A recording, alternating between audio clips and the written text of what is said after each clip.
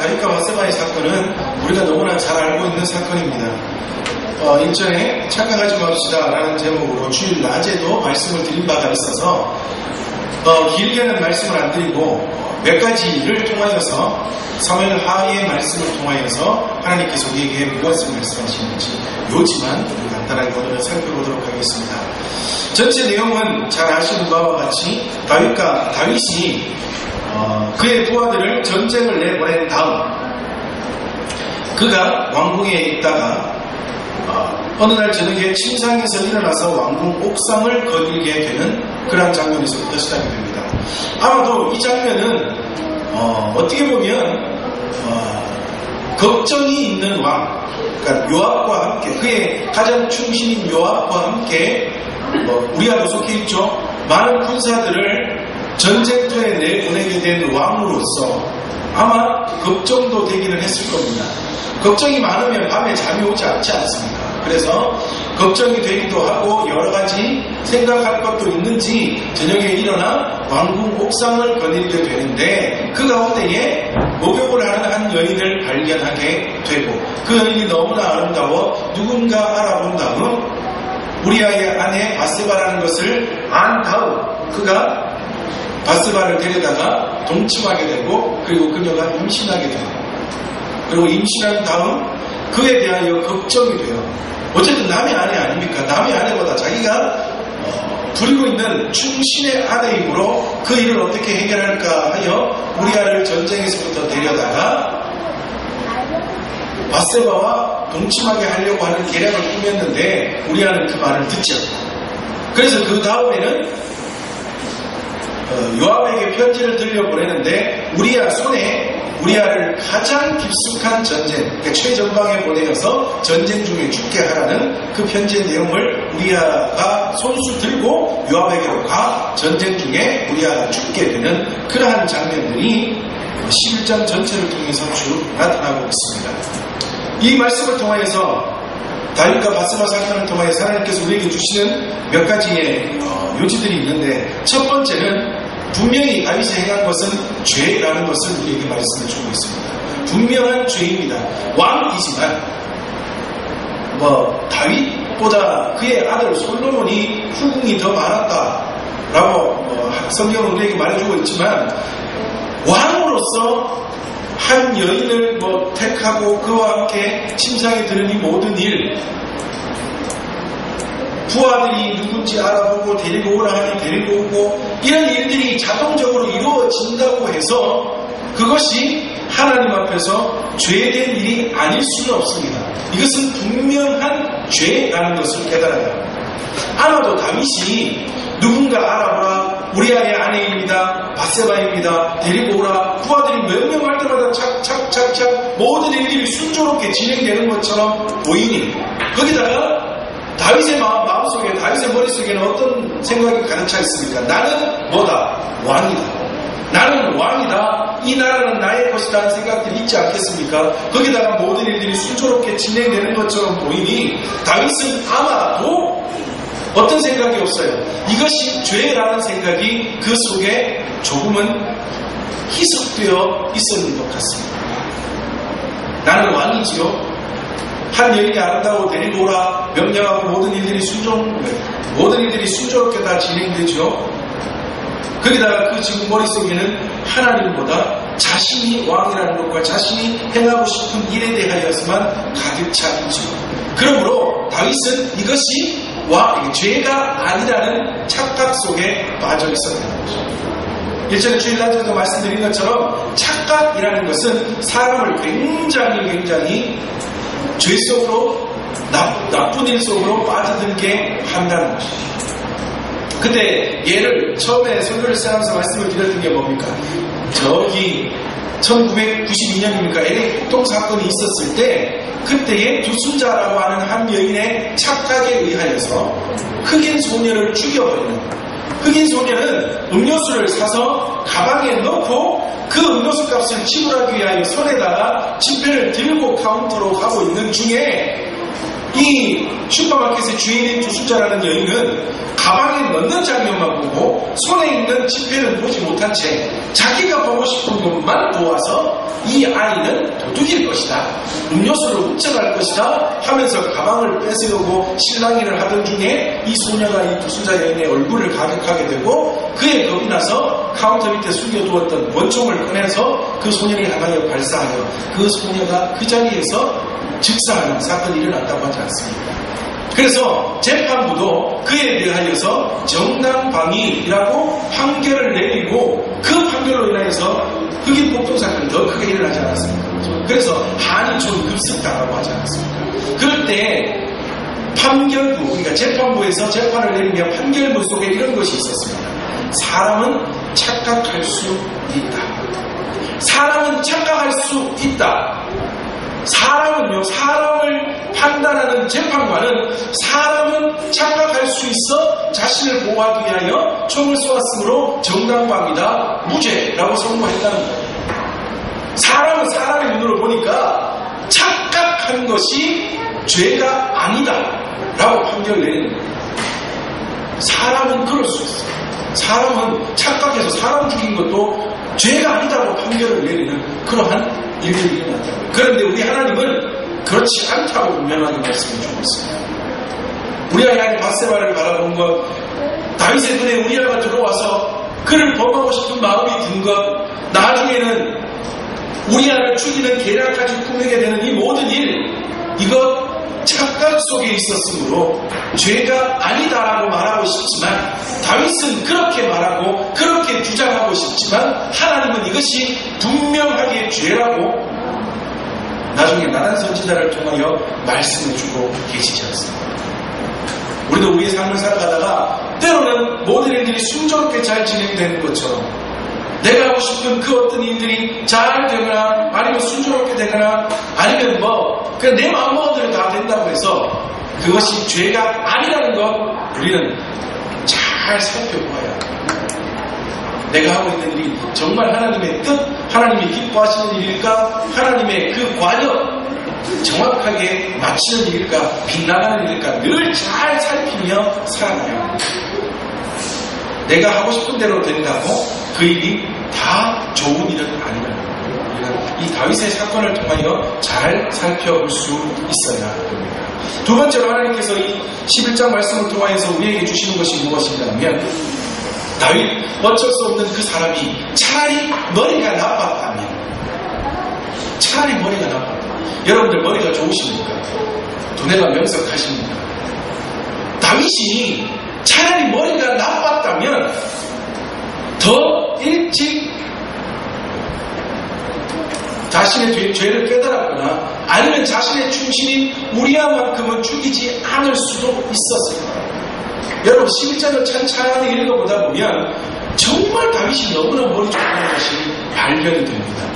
그 여인이 누구인지를 알아보게 하는 것과 데리고 오게 하는 것과 임신한 다음 그 다음에 요압에게 기별하여 우리아를 데려오게 하고 우리아를 동침하게 하여서 그 아이가 우리아의 아이라는 것을 그것으로 바꿔버리고 싶은 이 계략, 이게 누가 할 수 있는 일이겠습니까?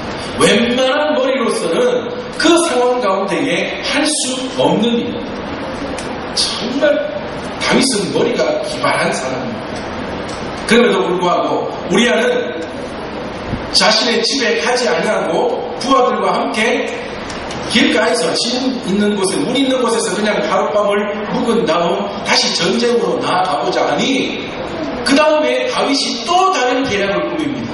이번에는 어떤 계략을 꾸미는가 하면 그의 손에 요압에게 줄 편지를 보내는데 어떤 편지인가 하면 15절에 그 편지를 써서 이르기를 너희가 우리아를 맹렬한 싸움에 앞세워주고 너희는 뒤로 물러가서 그로 맞아 죽게 하라.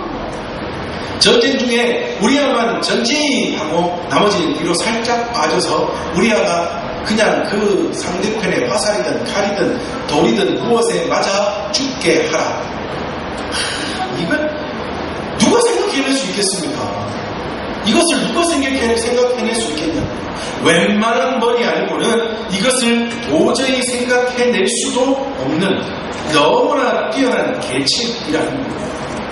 다윗이 이렇게 머리 좋은 사람일진데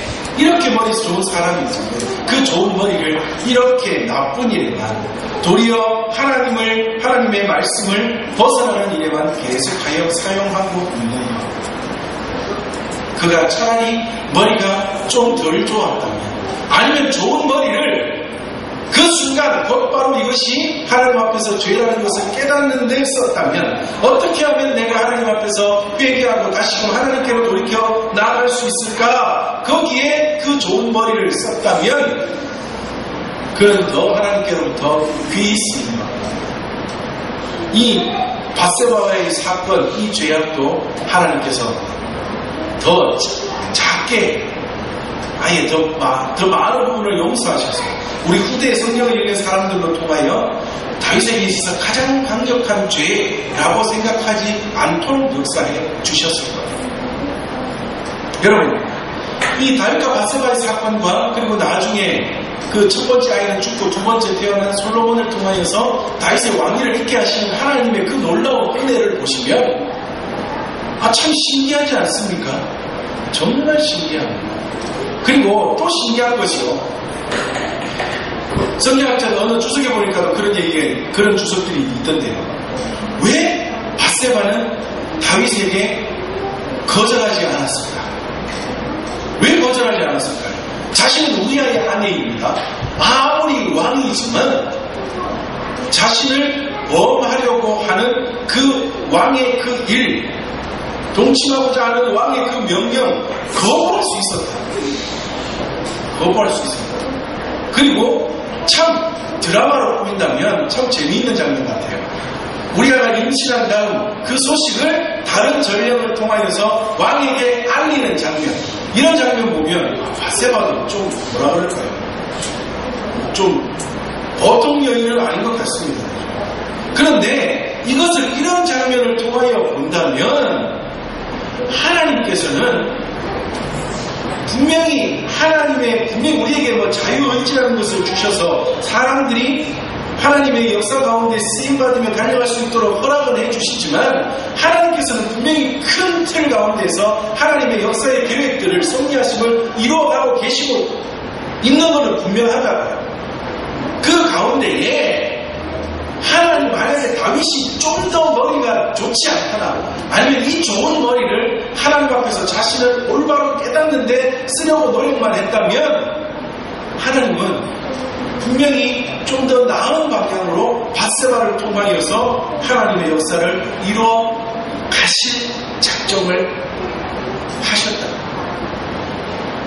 그러니까 무슨 말씀인가 하면, 하나님의 역사는 이렇게 흘러가는데 하나님이 계획하시는 역사가 쭉 정면으로 달려가고 있는데, 다윗이 너무 머리가 좋아서 하나님을 배제시켜 놓는다고 제가 말씀드렸죠. 사무엘하 11장 말씀에는 하나님에 대한 단어가 한 단어도 나타나지 않습니다. 한순간도 다윗은 하나님을 생각하지 않습니다. 하나님의 역사하신 가운데에 다윗은 하나님을 빼버린 다음 자기의 좋은 머리로 그 가운데에 고든 길이 아닌 얼기설기 왔다 갔다 하는 나쁜 잘못된 길을 만들어가고 있다는 것이죠. 그런데 하나님은 그 길, 잘못된 길마저도 합하여서 하나님은 하나님의 역사, 다윗의 다음 왕위를 이어갈 솔로몬을 태어나게 하시는, 그러니까 다윗에게 밧세바가 새로운 아내가 되게 하는 역사를 이루어 가십니다. 그런데 분명한 것은 다윗이 너무나 머리가 좋아서 그것을 잘못된 일에 쓰다 보니 하나님이 다윗을 통하여서 이루어주신 하나님의 역사에 다윗의 그 길은 얼기설기, 지그재그 잘못된 길이 뚜렷하게 남아있는 것을 볼 수 있다. 우리가 하나님이 우리에게 좋은 머리를 주셨습니까? 똑똑함을 우리에게 주셨습니까? 지혜로움을 우리에게 주셨습니까? 이것을 잘못된 데 사용하지 않는 우리 믿음의 식구들 되시기 바랍니다.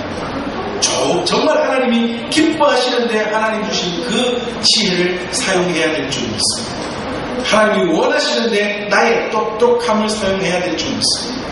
나의 생각, 나의 모든 것을 하나님의 역사가 온전하게 이루어가는 그 일에 사용하고 쓰임받아야 될 줄 믿습니다. 잘못 생각하지. 혹여나 내가 순간 삐걱거리며 죄 가운데 빠진다 할지라도 똑똑한 그것, 하나님이 주신 그 지혜를 통하여서 다시 죄의 부렁텅이에서 벗어나 하나님의 길로 돌아올 수 있는 그곳에 나의 지혜와 나의 똑똑함과 내게 주신 모든 것을 사용해야 될 줄 믿습니다. 그런 말 자주 하잖아요. 거짓말 하다 보면 나중에는 그 거짓말이 어떤 거짓말인지도 몰라 완전히 휩싸는 거예요. 어떤 사람들은 사고를 친 다음 자신에게 있는 재력으로 사고를 덮으려고 하다가 또 다른 사고가 나고 또 다른 사건이 터지고, 여하튼 내게 있는 그 무언가를 가지고 죄된 것을 덮으려고 노력하고 잘못된 것을 덮으려고 하다 보면 그것은 또 다른 잘못, 또 다른 죄, 또 다른 사고를 계속해서 낳게 됩니다. 하나님이 내게 주신 은혜, 그것이 지혜이든 똑똑함이든 재물이든 아니면 권력이든 명예이든 무엇이든 이것을 가지고 내가 죄 가운데 빠진다 할지라도 이 모든 것을 통하여 빨리 그 죄에서 벗어나 다시금 하나님의 길로 돌아오는 그것에 이 모든 것을 사용하면 하나님이 너 참 훌륭해 하고는 더 크신 은혜로 부어주시겠지만 우리가 이것을 잘못된 것을 덮고 하는데 계속하여 사용하다 보면 하나님 결국에는 우리를 난 너 사랑한다 버리실 수 있다는 걸 늘 기억하며 하나님이 주신 내게 주신 그 은혜를 통하여 날마다 온전한 길로 달려가기를 노력하는 저와 우리 모든 믿음의 식구들 되시기를 바랍니다. 자, 마지막으로 세 번째 어떠한 말씀을 주시느냐, 다음 주에 이어서 말씀을 드리겠지만, 계속해서 이어서 말씀을 드리겠지만, 우리가 생각할 때는 너무나 큰 죄, 잘못된 길 같지만 하나님은 그를 통하여서도 하나님의 역사를 계속해서 이루어 가십니다. 바세바를 통하여 우리아가 죽고 난 다음 다윗의 아내가 되게 하시는 하나님, 첫 번째 아이는 죽지만 또 다른 아이가 태어나게 하셔서 다윗의 왕위를 잇게 하시는 그 하나님, 나단 선지자를 통하여 자신이 죄된 것을 깨닫고 다시금 하나님께로 돌아오니 하나님은 이제까지 있었던 그 모든 다윗의 얼기설기한 것처럼 보여지는 울퉁불퉁한 길이지만 그 모든 길까지 합쳐서 하나님은 다시 하나님의 역사를 이루어 가시는 은혜의 하나님, 사랑의 하나님, 긍휼의 하나님으로 다가오신다. 이것을 우리는 반드시 깨달아야 합니다.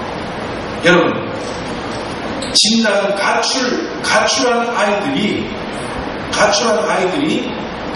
왜 집에 빨리 안 돌아가느냐 물었을 때 제일 많은 대답이 무슨 대답인가 하면, 집에 가면 엄마 아빠한테 혼날까봐요. 우리 아빠 얼마나 무서워, 우리 엄마 얼마나 무서워, 가면 맞아 죽을 것 같아서 못 돌아가요. 그런데 반면 가출한 청소년을 둔 부모님에게 질문을 해보면 아이가 돌아오면 어떻게 하시겠습니까? 제일 많은 대답이 다 용서하고 다시 내가 이전에 하지 못했던 사랑 그 아이에게 베풀어주고, 마치 집단한 탕자를 맞아들이는 아버지처럼, 그죠? 그렇게 할 것입니다. 하는데 이 자녀들의 착각은 뭐예요? 나는 집에 가면 맞아 죽을지도 몰라, 맞아 죽을지도 몰라. 다윗이 이 생각하거든요. 우와, 이 죄됐던 것, 내가 우리 아이 안에 바세바를 범하여 임시지킨 이것, 우와, 이걸 들키면 부하들한테 무슨 망신이요, 나중에 또 하나님이 하시면 어떻게 될까, 우와, 내 맞아 죽겠다, 큰일 나겠다. 잘못된 생각입니다. 그러나 하나님은 그것까지도 품으시고 그것을 통하여서 하나님의 역사를 이루어 가십니다. 긍휼의 하나님, 사랑의 하나님으로 우리에게 다가오십니다. 다윗에게 다가가셨다. 이것을 깨닫고 우리의 삶 가운데서 우리 죄성을 가지니까 이게 죄를 지으며 살아갈 수밖에 없습니다. 우리는 늘 비틀거릴 수밖에 없습니다. 우리는 늘 넘어질 수밖에 없습니다. 그럼에도 불구하고 다시금 일어나 하나님하고 하나님만 찾으면, 하나님만 부르면 그 하나님은 다윗을 용서하시고 그를 통하여 역사를 이루어 가시는 그 긍휼의 하나님, 그 사랑의 하나님이 우리에게 동일하게 긍휼을 베푸시고 우리에게 동일하게 사랑의 하나님으로 다가오실 줄 믿습니다. 이 사무엘하 11장 다윗과 바세바의 사건을 통하여서 하나님께서 우리에게 주시는 이 말씀들을 다시 한번 기억하며 우리도 우리의 삶 가운데서 온전하게 살아 정말 하나님의 기쁨이 되고 하나님의 즐거움이 되는 저와 우리 모든 믿음의 식구들 되시기를 주님의 이름으로 축복합니다. 이 시간 함께 잠시 기도하겠습니다. 기도할 때 이것이 분명한 죄라는 것, 다윗이 행하였던 것은 죄라는 것을 깨닫게 하시고 또한 그 가운데에 하나님이 말씀하시는 것을 깨닫게 하시고 또한 다윗이 차라리 머리가 좋지 않았다면 다윗이 머리가 좋지 않았다면 더 빨리 하나님께로 돌아올 수 있었을 텐데 그 좋은 머리, 그 좋은 모든